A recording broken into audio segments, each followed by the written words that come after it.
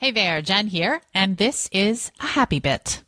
In our last episode, I spoke with my best friend, Kit Rothstein, about, how freaking amazing she is as a best friend, and some of the story of how we grew together into that friendship and what she saw as she helped essentially save me and help me to shift out of misery into happiness. And like I said in that interview, really, I wouldn't be here on this podcast if it weren't for having her as my best friend, for having her in my life. Well, I know we all want best friends like that. And I'll admit, Kit has moved away. And while we have a virtual friendship, I too need to cultivate more of those types of deep, heart-centered friendships in my life. So if you crave friendships like that, where you feel supported and heard and understood, and where you can connect with other women, then this is the happy bit for you. We are proud to be sponsored today by March of Dimes. March of Dimes is helping prevent birth defects. Their goal is to generate awareness among women of childbearing age, their families, and healthcare providers about things we can do to prevent birth defects. Did you know 1 in every 33 babies born in the U.S. each year have a birth defect? And these can be a major cause of infant mortality and lifelong disability. Although not all birth defects can be prevented, there are some actions that women can take before and during pregnancy to increase their chances of having a healthy baby. Here are 5 quick tips from March of Dimes and the CDC to help you be a healthy mom and have a strong baby. Number 1, see your healthcare provider for pre-pregnancy checkups. Be sure to discuss all the medications you're taking.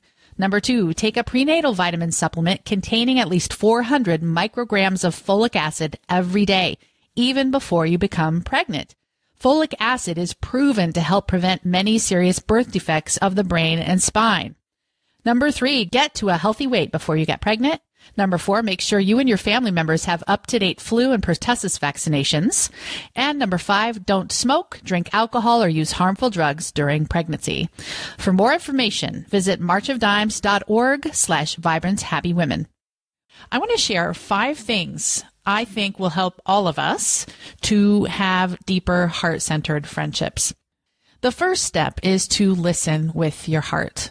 We begin this process by turning our bodies toward them, face on, and we look at them with good eye contact. And imagine even opening your heart area and allowing energy to flow from your heart to theirs and back. This creates a deeply resonant space where they can feel safe to share and to be heard and to be understood.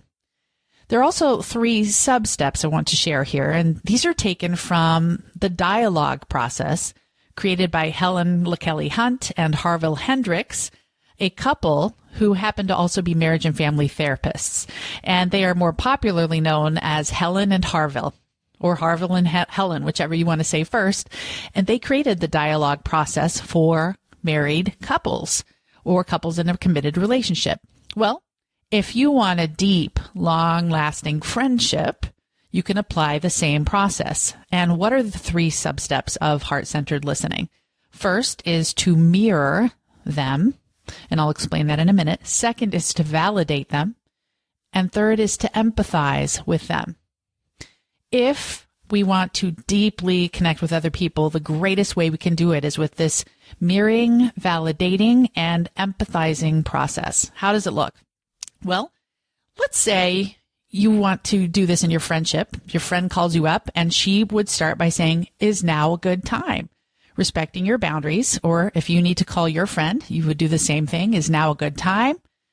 "Hey, I want to share something, get something off my chest and get your opinion on it." You're going to let them know you're going to share something. Is now a good time? And let's say that it is.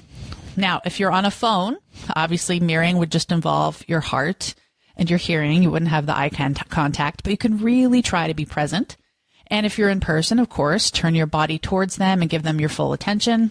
If it sounds like something serious, if it's lighter, you can just try to listen more lightheartedly. But the goal is that they feel heard and understood and that you feel what they're feeling.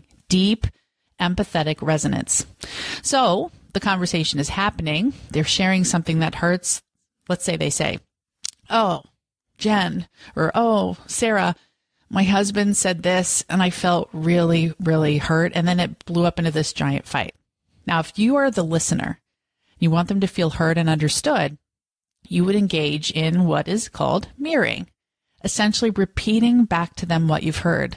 So he said this and you were totally hurt, and she'll nod, probably. And then you can say, oh, I see. What else happened? What happened next? You're giving these little cues like, I see, go on, is there more? Getting her to talk. And these little phrases signal to her that she is in a safe space for talking. You're not trying to tell her what to do. You're seeking only to understand what happened. Then we get to the validation phase, kind of the subset 2. We mirrored back what we heard by repeating it. Then the next one is to validate. Oh, I get it. That would hurt. Try to give her a phrase that lets her know that you understand. That makes sense. Even if you don't agree with what she did in the situation or how she feels about the situation, your goal is only to understand and validate her perception of it. Crazy, right?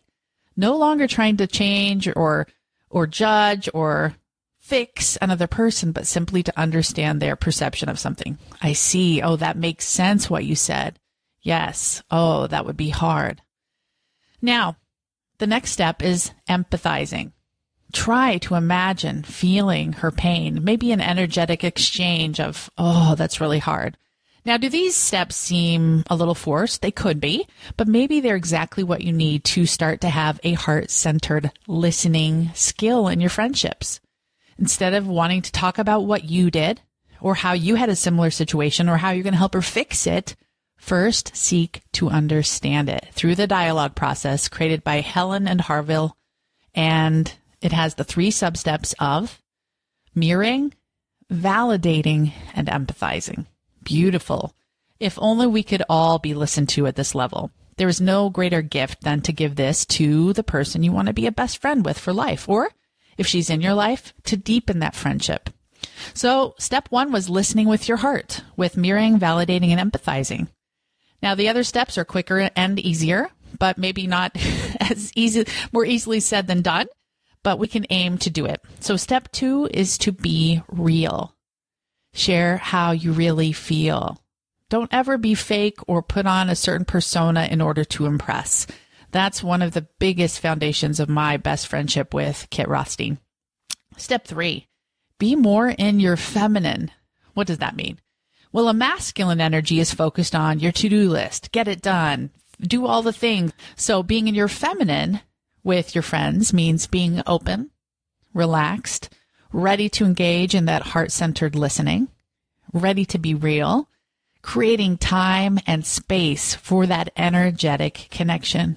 It's more than just talking. It's more than just venting. It's an energetic exchange with someone you love. That's how we need to treat our friendships. So step 1, listen with your heart. Step 2, be real. Step 3, be in your feminine. And step 4 is to be flexible. If your friend wants to go for a walk and you had this agenda, can you drop it and put her first? Can you drop it and put her above your to-do list and above all the things you have to do? In the end, it will serve you as much as it will serve her, because you'll get to shift back into a feminine energy of openness, fun, connection, peace, relaxation, and to just love another human, which feels so amazing, to engage in some eye contact or to get on the phone and give her an hour of your time. So to be flexible when she needs you, when she wants to hang out, drop everything, prioritize her just like you would your kids or your spouse. That's how we have friends. Step 5, and the final step, is to be committed. You know, a long-lasting friendship is no different than being committed in a marriage. There will be ups and downs. There will be little annoyances. There will be differences of opinion. And beautifully, we can go back to step 1 to solve those and listen again with our hearts. Mirror, validate, and empathize, seeking to understand their perception rather than to change it or fix it.